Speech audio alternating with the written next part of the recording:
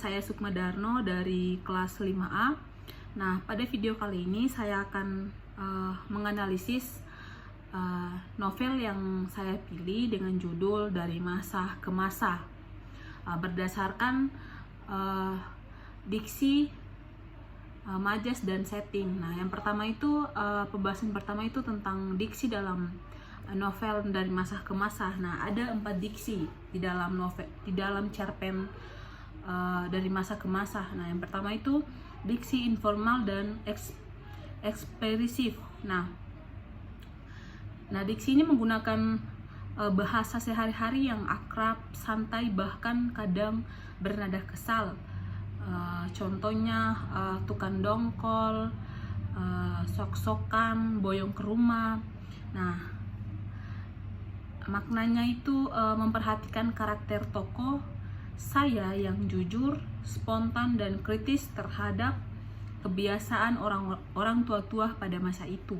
Nah, kemudian diksi yang kedua itu ada diksi kontraks atau menunjukkan perbedaan generasi. Nah, contohnya orang-orang tua-tua dan orang muda. Nah, kata ini berulang untuk menegaskan konflik antar generasi tua yang ingin dihormati dan generasi muda yang ingin mandiri. Nah, kemudian diksi yang ketiga itu ada diksi bernuansa satir atau sindiran halus. Nah, contohnya dalam cerpen yaitu kalau teman-teman kami prajurit itu harus menerima wejangan sepanjang itu, pastilah serdadu musuh sudah menanti di balik pintu. Nah, ini adalah bentuk dari diksi bernuansa satir atau sindiran halus. Nah, kemudian diksi yang keempat itu ada diksi reflektif dan ironis di akhir. Nah,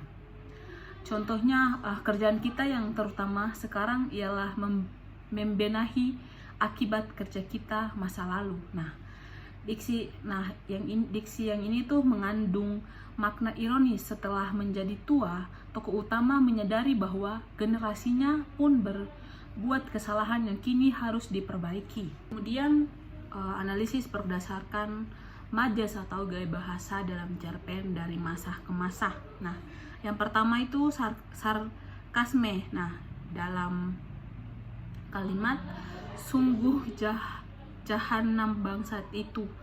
Nah, ungkapan kesal yang keras dan kasar menggambarkan kejengkelan tokoh terhadap keadaan. Nah, kemudian ironi.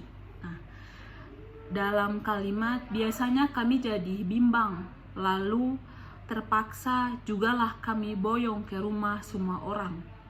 Nah, itu adalah contoh dari majas ironi. Kemudian majas hiperbola.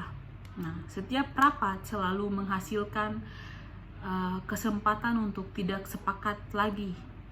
Nah, melebih-lebihkan untuk menonjolkan betapa parahnya perpecahan dalam organisasi muda. Nah, itu adalah contoh kata yang terdapat pada majas hiperbola. Nah, kemudian personifikasi. Nah, majas personifikasi dalam cerpen Dari Masa ke Masa itu di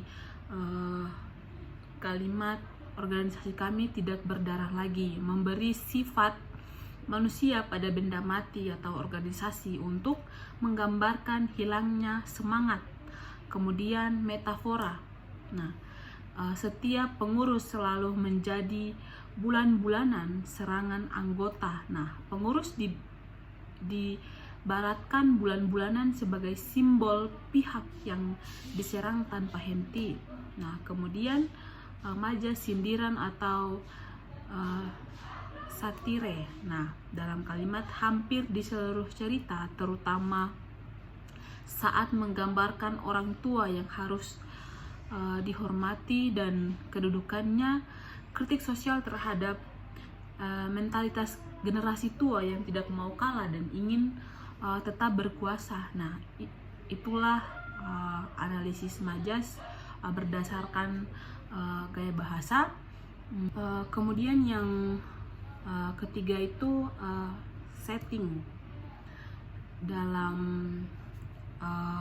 cerpen dari masa ke masa. Nah, yang pertama itu ada setting waktu.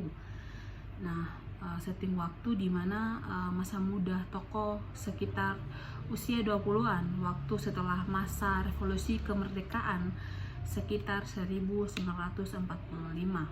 sampai 1950-an. Nah, kemudian masa kini, tokoh ketika tua.